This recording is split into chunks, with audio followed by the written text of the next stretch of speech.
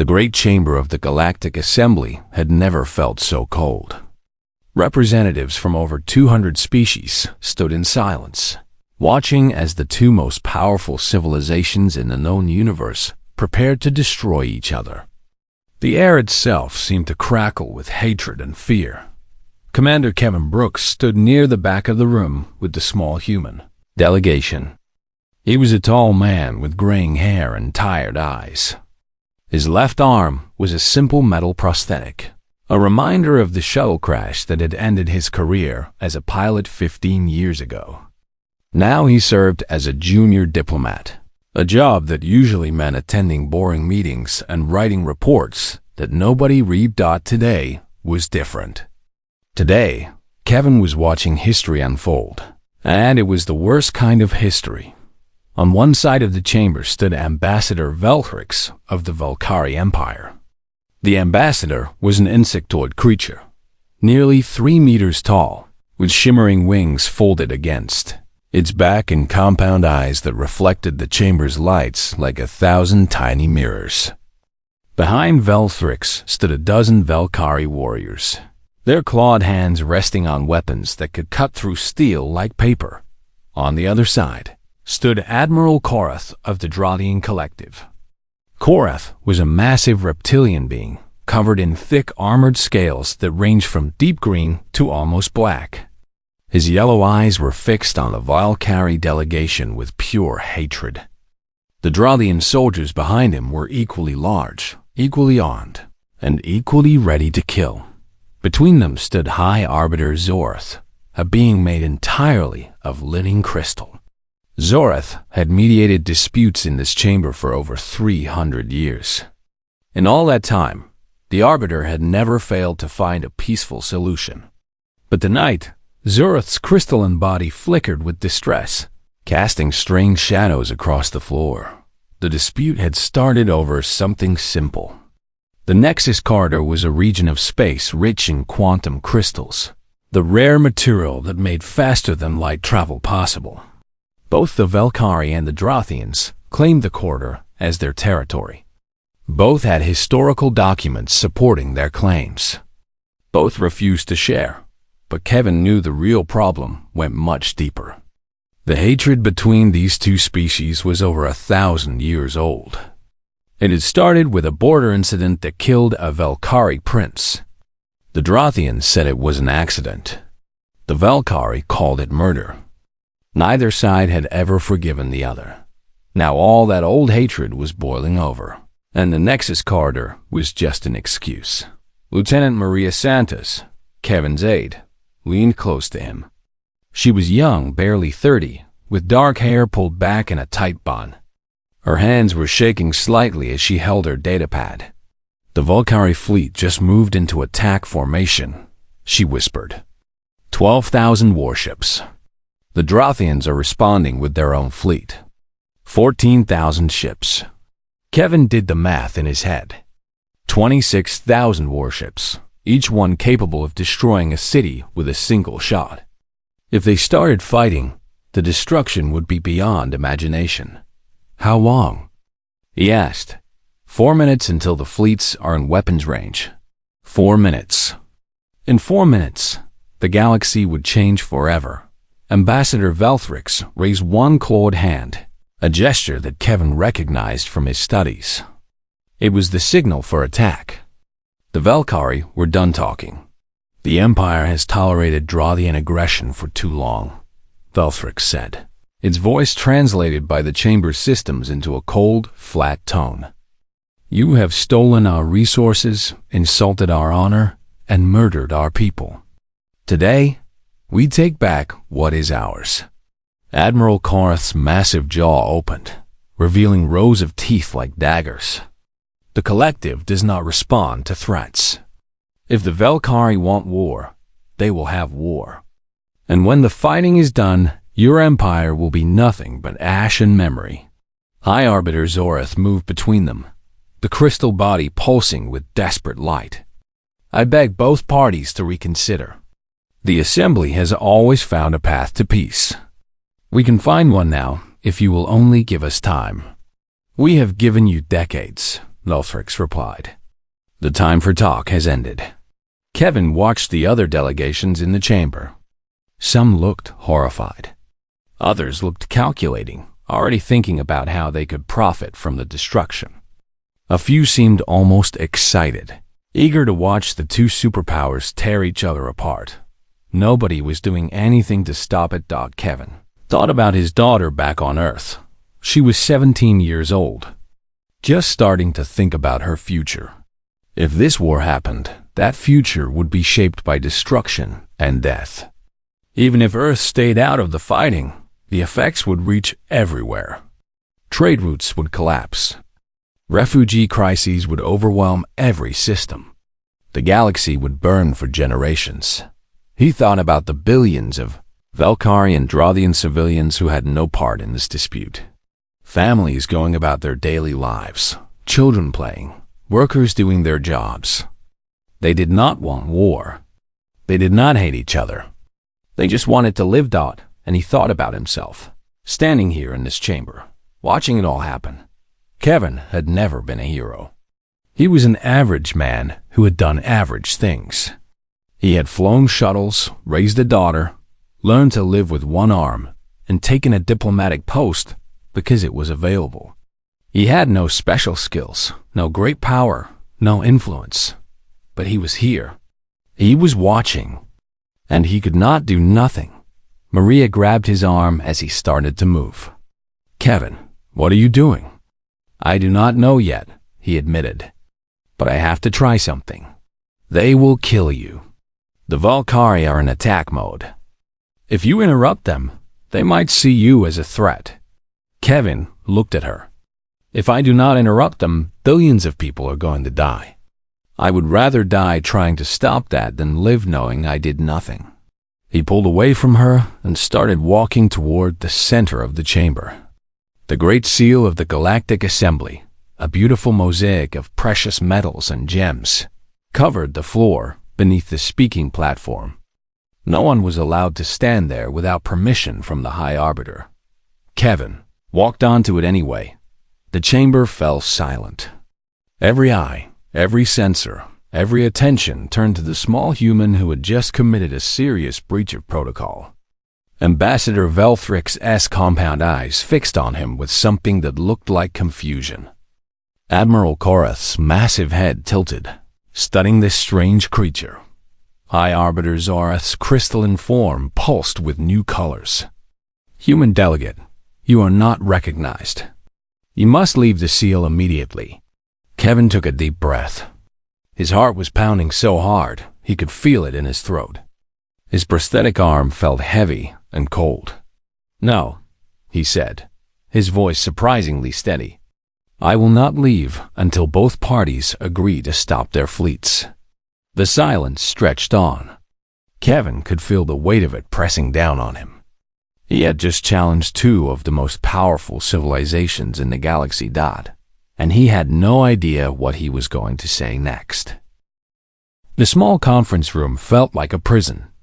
Kevin sat at a table covered with datapads and documents, his head in his hands. Maria paced back and forth behind him, talking rapidly into her communication device. 45 minutes of their hour had already passed, and they were no closer to a solution. The ambassador from Earth is unavailable, Maria said, her voice tight with frustration. The diplomatic office says they need at least 6 hours to review any proposal before authorizing it. We do not have 6 hours. Then we do this without authorization, Kevin said quietly. Kevin, we cannot commit Earth to anything without approval. If you propose something and it fails, or if the other species object, we could face serious consequences. Our entire position in the assembly could be damaged. Kevin looked up at her. His eyes were red from exhaustion and stress, but there was something steady in them. Maria, if I do nothing, billions of people die tonight. If I do something and it fails, maybe some politicians back home get angry at me. I can live with that. I cannot live with doing nothing. She stopped pacing and stared at him. For a long moment, neither of them spoke. Then she pulled out a chair and sat down across from him. What do you have in mind? Kevin pulled one of the datapads toward him. On the screen was a map of the Nexus Corridor, the disputed territory that had sparked this crisis. It was a relatively small region of space, perhaps 100 light-years across, but it contained some of the richest quantum crystal deposits in the known galaxy. The problem is not the corridor itself, Kevin said slowly, thinking out loud. The problem is that both sides see ownership as absolute. Either the Valkyrie own it completely, or the Drothians own it completely. Neither side will accept less than total control, because anything less looks like weakness, Maria said. And in galactic politics, weakness invites aggression. Exactly. So we need to find a solution that does not make either side look weak. Kevin stared at the map, his mind working through possibilities. What if nobody owns it? Maria frowned. What do you mean? What if the corridor becomes neutral territory? Not Valkyrie, not Drothian, but administered by both of them together under assembly oversight. Neither side wins, but neither side loses either. They would never agree to that. They both have historical claims. They would see joint administration as giving up half of what they are owed. Kevin nodded slowly. Unless we change how they see it. Unless we make joint administration look like a victory rather than a defeat. He stood up and walked to the window. Outside, he could see the lights of countless ships hanging in space around the assembly station. Some of those ships belonged to the Valkyrie. Others belonged to the Drothians. In a few minutes, they might start destroying each other. The Valkyrie care about honor, Kevin said. They want recognition that their prince was wronged, that their historical claim is valid. They want respect. And the Drothians? The Drothians are practical. They care about resources, about power, about being seen as equal to the Valkyrie. They do not want to be treated as the lesser species. Maria was starting to understand. So you give the Valkyrie their honor and give the Drothians their equality. Make them both feel like they won. Yes, we have the assembly formally recognize that both claims to the corridor are historically valid. Not one or the other. Both. That gives the Valkyrie their respect. Then we create a joint commission where both species have exactly equal representation. That gives the Drothians their equality. And the crystals? Kevin thought for a moment. Split evenly, with a portion set aside for other species who depend on them for trade. That way, the agreement benefits everyone, not just the two powers. It becomes harder for anyone to object. Maria was already typing on her datapad, sketching out the framework of a proposal. This could work, maybe. But what about the original incident? The death of the prince? They're not going to forget about that. No, Kevin agreed. But maybe they can accept that it will never be resolved. Maybe we can convince them that holding on to 1,000 years of hatred is hurting them more than letting it go. That is a big ask. I know. Kevin turned away from the window. But it is all I have. The door to the conference room opened, and a small crystalline figure entered. It was one of High Arbiter Zorath's aides, a younger member of the same species. Commander Brooks, the aide said, its voice like wind chimes. The hour is nearly finished. Ambassador Velthrix and Admiral Korath are returning to the main chamber. They expect to hear your proposal. Kevin felt his stomach clench. This was it. Everything he had thought of, everything he and Maria had discussed. It all came down to the next few minutes. I am ready, he said. Even though he was not sure that was true, the walk back to the main chamber felt longer than before. Kevin could hear the murmur of voices as they approached, the sound of hundreds of beings waiting to see what the foolish human would do next. Some of them probably hoped he would fail.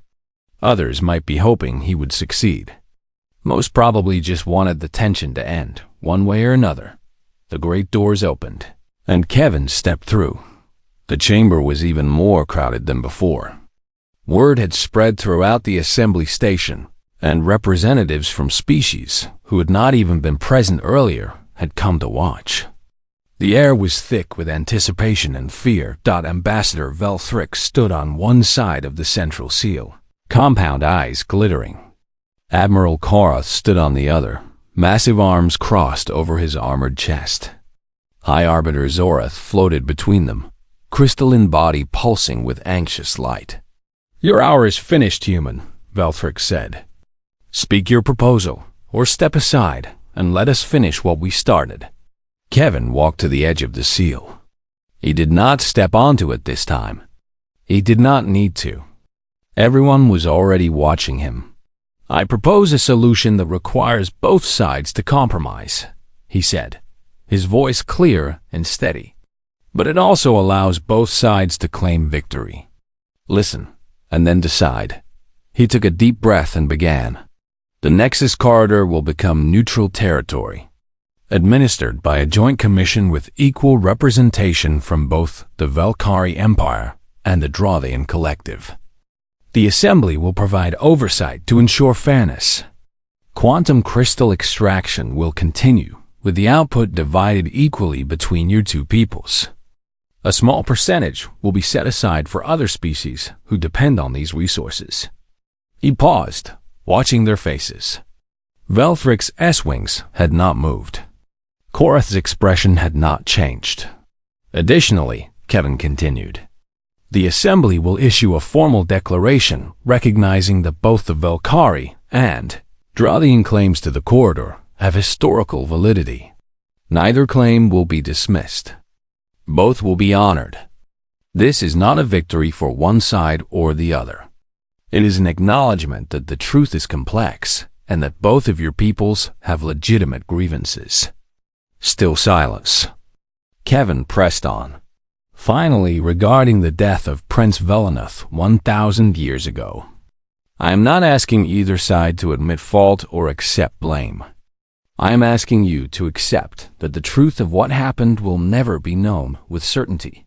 The witnesses are gone. The records are incomplete.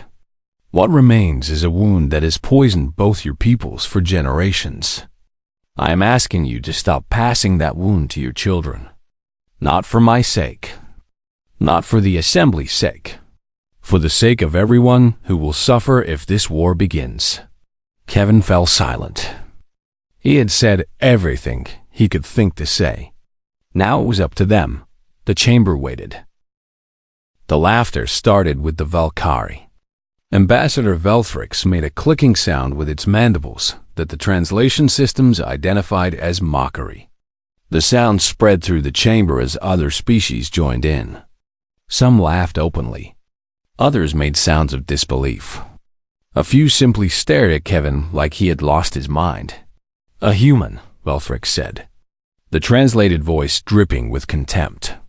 "A human dares to stand on the sacred seal and demand that the Velkari Empire obey its commands. Your species has been part of this assembly for less than 50 years. You are children playing at politics. You understand nothing." Admiral Korath made a deep rumbling sound in his chest. "For once, I agree with the Velkari. Human, your courage is either admirable or foolish. I have not decided which. But either way, you have no power here. Step aside before you are hurt." Kevin stood his ground. His legs felt weak, and he could feel sweat running down his back, but he did not move. Behind him, he could hear Maria whispering urgently into her communication device, probably trying to contact someone who could help. But there was no one.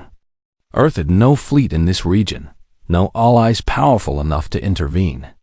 No leverage at all. All Kevin had was his voice. "You are right," he said, speaking loudly enough for the chamber systems to carry his words to everyone. "I have no power. Humanity has no power. We are the youngest species in this assembly, and the weakest. Our ships are slow. Our weapons are primitive. Our territory is small. By every measure that matters in galactic politics, we are nothing." He paused, looking around the chamber at the hundreds of faces watching him. Some still looked amused. Others looked curious. A few looked thoughtful. "But I am standing here anyway," Kevin continued. "Because someone has to. Because in 3 minutes your fleets are going to start shooting at each other. And once that happens, nothing will stop the destruction. Millions will die in the first hour. Billions will die in the first year. And for what?" He turned to look directly at Ambassador Velthrix. "For quantum crystals? You have plenty of quantum crystals. The Nexus corridor would increase your supply by perhaps 15%. Is 15% worth the lives of your own people?" Before Velthrix could respond, Kevin turned to Admiral Korath. "And you. The collective has fought dozens of wars over the centuries. How many of them actually gained you anything? How many of them left you weaker than you were before? Your own histories admit that the expansion wars nearly destroyed your civilization. Do you want to repeat that?"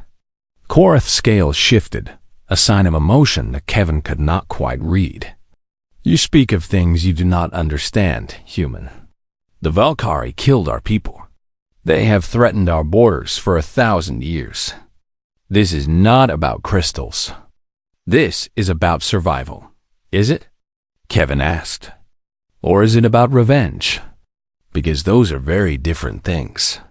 The chamber had grown quiet. The laughter had stopped. Kevin could feel the attention of every being in the room focused on him, like a weight pressing against his chest. "I have studied your histories," he said. "Both of your histories. I know about the incident that started this hatred.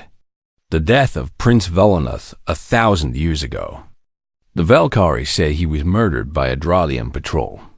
The Drothians say it was an accident, a tragic mistake during a border encounter.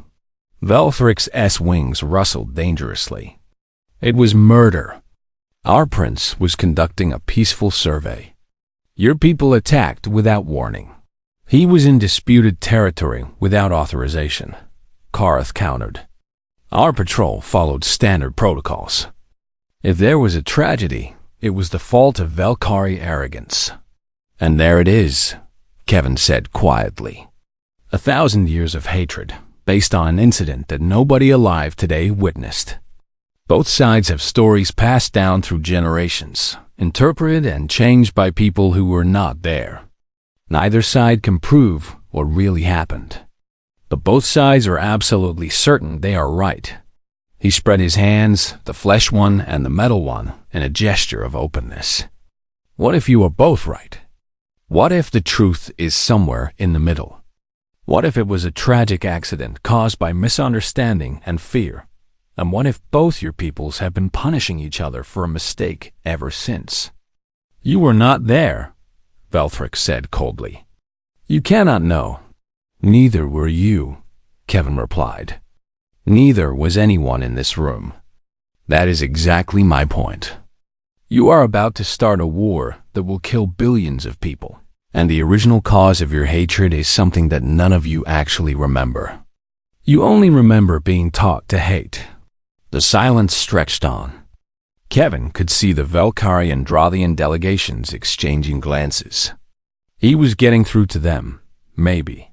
Or maybe they were just deciding how to kill him without causing a diplomatic incident. High Arbiter Zorith moved closer, the crystalline body casting rainbow patterns across the floor. "The human raises a valid point. The original incident has never been conclusively resolved. Perhaps it is time to acknowledge that uncertainty." "The Empire does not acknowledge uncertainty," Velthrix said. "We know what happened. Do you?" Kevin asked. "Really? Can you show me proof? Not stories, not traditions, not things you were told by people who were told by other people. Actual proof." Velthrix did not answer. Kevin turned to Korath. "And you? Can you prove that your version is correct?" The massive reptilian was silent for a long moment. Then, slowly his jaw worked as if he was chewing on something bitter. "We have records, but they are old, incomplete. Some of the data was corrupted long ago. So neither of you actually knows what happened, Kevin said.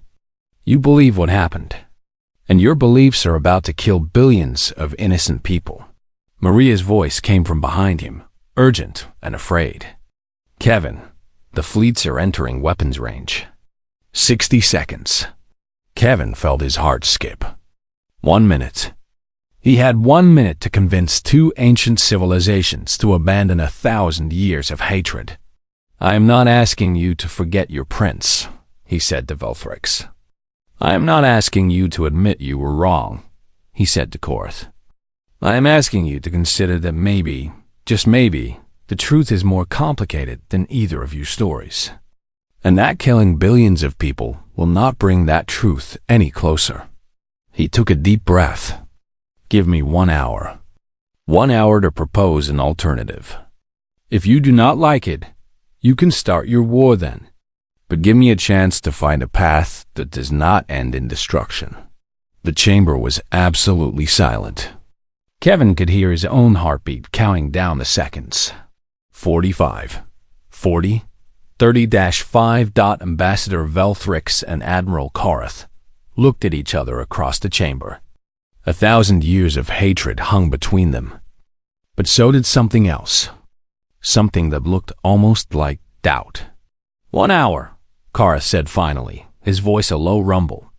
You have 1 hour, human. And then we finish this. Velthrix's compound eyes fixed on Kevin. 1 hour. No more. And if your proposal wastes our time, your species will regret it. Kevin nodded, his legs nearly giving out with relief. 1 hour. Thank you.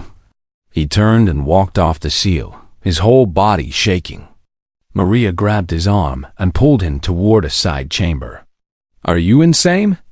She demanded. What are you going to propose? We have no authority, no resources, nothing. Kevin looked at her, and for the first time, a small smile crossed his face. I have no idea, he admitted. But I have an hour to figure it out. The negotiations lasted for 3 weeks. Kevin barely slept during that time. He sat through endless meetings, translated cultural misunderstandings, and talked both sides back from the edge, more times than he could count. There were moments when he thought the whole thing would fall apart. The Valkyrie delegation walked out twice over disagreements about inspection rights. The Drothians threatened to withdraw when they felt their sovereignty was being compromised. Minor officials on both sides seemed determined to sabotage the process at every turn, but Kevin kept them talking. He learned to read the subtle signs of Valkyrie emotion in the movement of their wings. He figured out how to appeal to Drothian pride without triggering their defensive instincts. He found common ground where others saw only conflict. Maria worked beside him the whole time, handling communication with Earth, managing the endless paperwork, and making sure Kevin ate at least once a day. She never complained, even when the stress pushed both of them to their limits. On the 22nd day, the Treaty of Assembly Hall was signed. The document was long and complex, full of legal language that Kevin only half understood. But the key points were clear. The Nexus Corridor would become neutral territory under joint administration. Both species would share equally in its resources. The Assembly would provide oversight and mediation for any disputes.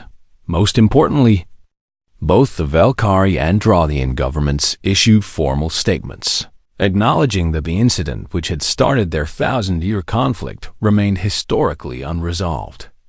They did not forgive each other. They did not forget. But they agreed to stop letting that ancient wound poison every interaction between their peoples. It was not perfect. Kevin knew that. There would be challenges ahead, disputes and disagreements and moments when the old hatred threatened to resurface. Peace was not something you achieved once and then kept forever. It was something you had to work for every single day. But it was a start.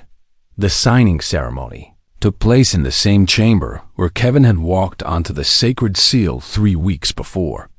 High Arbiter Zorath presided, crystalline body shimmering with colors that the translation systems identified as joy and hope. Representatives from across the galaxy watched as Ambassador Velthrix and Admiral Korath pressed their marks onto the treaty document. When it was done, Zorath turned to address the assembly. This day marks a new chapter in galactic history.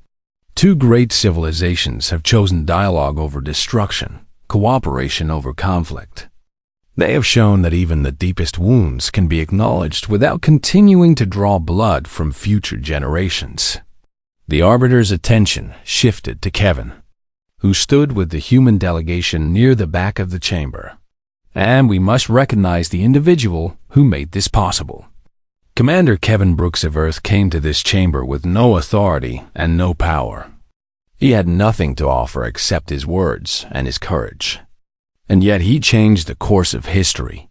Kevin felt his face grow hot as every eye in the chamber turned toward him.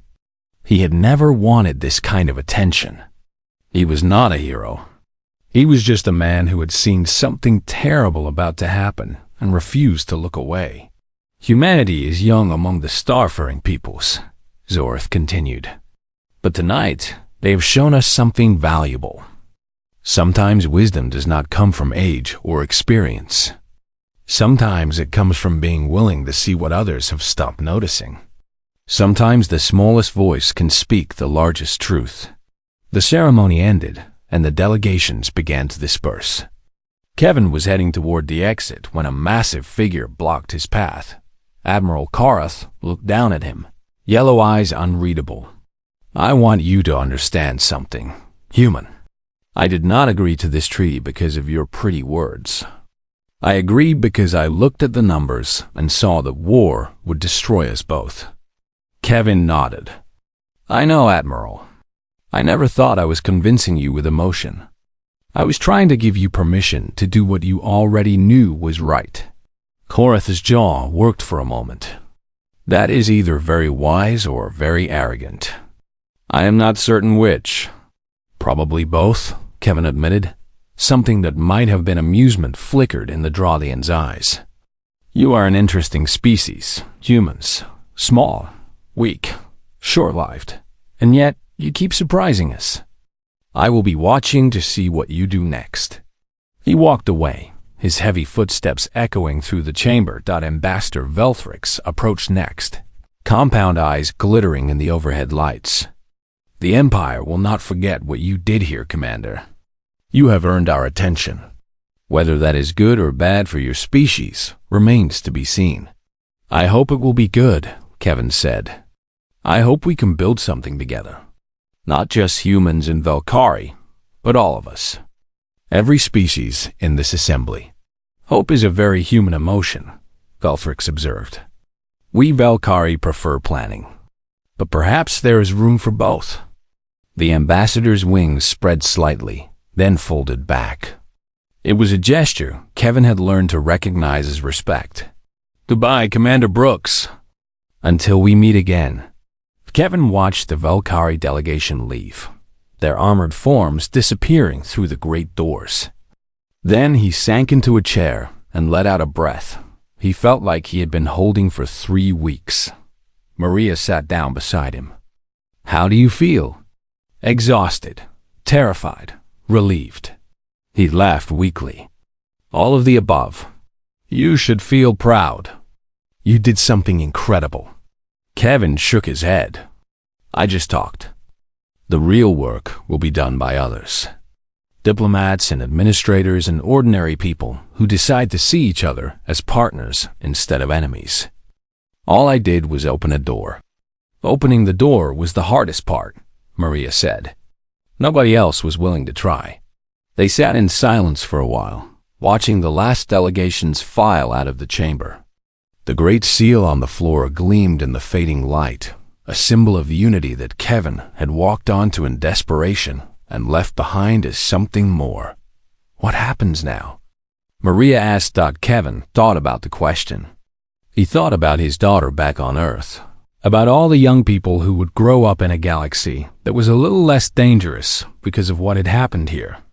He thought about the Valkyrie children who would not be taught to hate the Drothians quite so fiercely, and the Drothian children who might someday see the Valkyrie as neighbors instead of enemies. "Now we see if it holds," he said. "We watch and we work, and we hope that what we built is strong enough to last. And if it starts to break, we find ways to fix it." That sounds like a lot of work. It will be, but it is better than the alternative. Maria nodded slowly. The galaxy was seconds from war, and one human changed the outcome. That is what they will say about you, you know? That is how history will remember this. Kevin stood up, stretching muscles that had been tense for far too long. "I do not care how history remembers me. I care that there is a history to remember. I care that tomorrow, children will wake up on 1,000 worlds without knowing how close they came to losing everything." He looked around the empty chamber one last time. In a few hours, it would be filled again with delegates arguing about trade, agreements and border disputes and all the ordinary business of galactic politics. Life would go on, complicated and messy and full of problems, but it would go on. That was what mattered. Kevin Brooks, a human with one flesh arm and one metal arm, a former pilot who had become an accidental diplomat, walked out of the assembly chamber and into whatever came next. He had no idea what the future held for humanity or for the galaxy. He only knew that he had done what he could. When it mattered most, sometimes that was enough. Behind him, the lights of the chamber dimmed, and the great seal of the Galactic Assembly gleamed quietly in the darkness, waiting for the next crisis, the next challenge, the next ordinary person who might find the courage to make an extraordinary difference. The galaxy had been seconds from war. One human had changed this outcome. And now the future was theirs to build. The silence stretched on for what felt like forever. Kevin could feel every heartbeat pounding in his chest. His prosthetic arm felt heavier than it had ever felt before, as if the weight of the entire galaxy was pulling it down. Ambassador Velthrix was the first to move. The great insectoid creature took a step forward, compound eyes fixed on Kevin with an intensity that made him want to step back. But he held his ground. "You ask us to share what is rightfully ours," Velthrix said slowly. "You ask us to treat the murderers of our prince as equals. You ask us to forget 1,000 years of insults and attacks. I ask you to choose a future instead of a past," Kevin replied. "I ask you to decide what kind of people the Valkyrie want to be. Warriors who destroy themselves fighting over old grievances, or leaders who are strong enough to build something new." Korath made a sound deep in his throat. "Pretty words, human. But words do not change reality. The Valkyrie have threatened our borders for centuries. If we show weakness now, they will see it as an invitation to attack later. With respect, Admiral, you are about to attack each other right now. Your fleets are in weapons range. Your soldiers are ready to die. How is that not showing weakness? The truly strong do not need to prove their strength by destroying others. The truly strong can afford to make peace." The Drothian's yellow eyes narrowed. "You speak as if you understand strength, human. But your species has never fought a real war. You have never faced extinction. You do not know what it means to survive." Kevin felt something flare inside him. Maybe it was anger. Maybe it was just exhaustion breaking through his careful control. "You are right," he said. "Humanity has not faced extinction. Not from outside threats, anyway. But we have come close to destroying ourselves many times. We have fought wars over religion, over territory, over resources, over things that seem ridiculous now. We have built weapons that could have ended our species if we had been foolish enough to use them." He looked around the chamber at all the alien faces watching him. "We are not wise, Admiral. We have made terrible mistakes. But we have also learned from them. We have learned that some victories cost more than they gain. We have learned that hatred passed down through generations does not make anyone safer. We have learned that sometimes the bravest thing you can do is choose not to fight. Velthric's S-wings rustled. And yet you still fight. We have records of your wars. Your conflicts continue even now. They do, Kevin admitted. We are not perfect. We may never be perfect. But we try to do better. We try to learn from our mistakes instead of repeating them forever. That is all I am asking you to do. Try to do better. Try to imagine a future where your children do not have to hate each other because of something that happened 1,000 years ago. High Arbiter Zorth moved forward, crystalline body catching the light in cascading patterns. The human's proposal has merit. It addresses the concerns of both parties. It provides a framework for moving forward. I believe it deserves serious consideration. The Assembly's opinion is noted, Velthric said coldly. But this is not the Assembly's decision to make. It is ours. Then make it, Kevin said. Your fleets are waiting. Your people are waiting. The entire galaxy is waiting. What kind of future do you want to create? Korath turned to look at Velthrix across the chamber. The two ancient enemies faced each other, and Kevin could see the weight of history pressing down on both of them. 1,000 years of hatred. 1,000 years of death. 1,000 years of teaching their children to fear and despise each other. If we agree to this proposal, Korath said slowly, it will be seen as weakness by some in the collective. There will be those who call us cowards, who say we betrayed our ancestors. And in the Empire, there will be those who say we dishonored the memory of Prince Valaneth, Velthrix replied. They will call for our removal. They may even try to continue the war themselves. Kevin watched them carefully. They were not talking to him anymore.